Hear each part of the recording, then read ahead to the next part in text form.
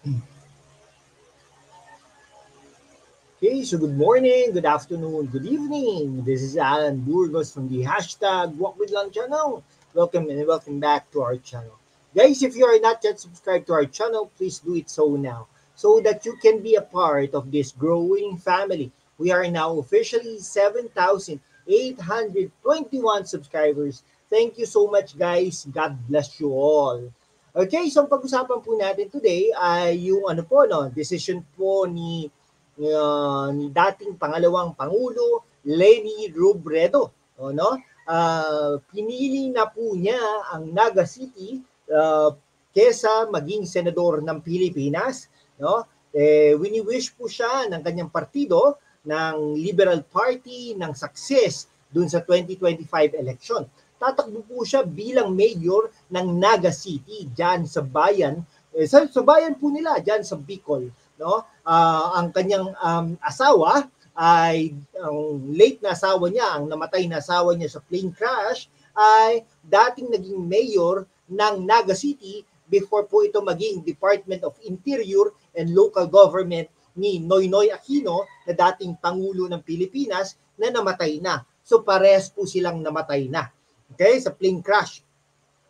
Alright, now, ito po si Leni Robredo ay tatakbo bilang mayor ng Naga City, no? So, yun nga po, no, pinili na niya ang maging mayor, tumakbo bilang mayor kesa tumakbo bilang senador ng Pilipinas. Anyhow, hindi naman po siya sigurado na mananalo bilang senador ng Pilipinas. Katulad po ng pagtakbo niya bilang Pangulo ng Pilipinas. Hindi rin po sigurado, ay hindi po rin hindi talaga nanalo siya bilang Pangulo ng Pilipinas. No? Liberal Party. No? So halos lahat naman po ng tumatakbo under Liberal Party ay natatalo. No? Actually, si Risa Hontiveros ay tumakbo sa hanay ng Liberal Party Coalition.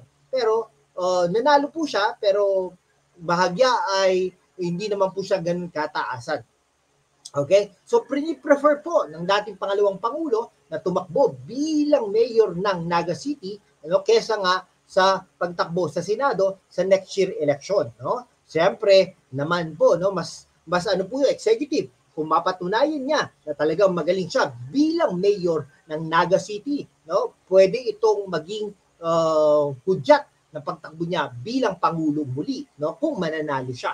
No? So, yun. Ito po, yung mayor ano yan, ay yung occupation na to, no? Ay yung position nito, yung post na yan, ay inoccupy na kanyang late husband na si former Interior and Local Government Secretary Jose Robredo, no? Robredo, no? So ayun po, pinost na po ito, in-announce na po ito ni Lagman, ang presidente ng Liberal Party at ang Liberal Party mismo talaga namang sumusuporta sila sa dating leader ng Liberal Party, no, sa decision niya, and wini-wish niya ng yung political plans niya ng success or successful dapat yung pagtakbo niya bilang mayor ng Naga City, no? Talagang nirerespeto yan ng Liberal Party sa pangunguna ni Lagman. Okay? Kaya lang mawawala na naman sila ng senador na pwedeng manalo, no, sa 2025 election. Sino ba tatakbo diyan? Pangilinan, si Jokno, no? Sana manalo din yung mga ito, no? Si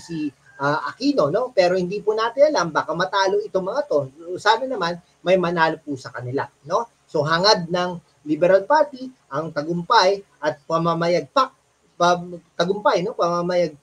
ni dating Pangulong Rodrigo dating pangalawang Pangulo, no, Leni Robredo, no, kung ano man ang tahakin niya sa direksyon na gusto niyang manalo, no. Talagang sinusuportahan, they stands firm behind, no, former Vice President Leni Robredo and wishes her the very best in the future endeavors, no. Ayon po ang pahayag sa pangunguna ni Albay Representative Edsel Lagman, no. Talagang nire-recognize nila yung inspiring leadership and commitment to serve the Filipino people, specifically dyan sa Naga City ni Leni Robredo, ang ating dating pangalawang Pangulo.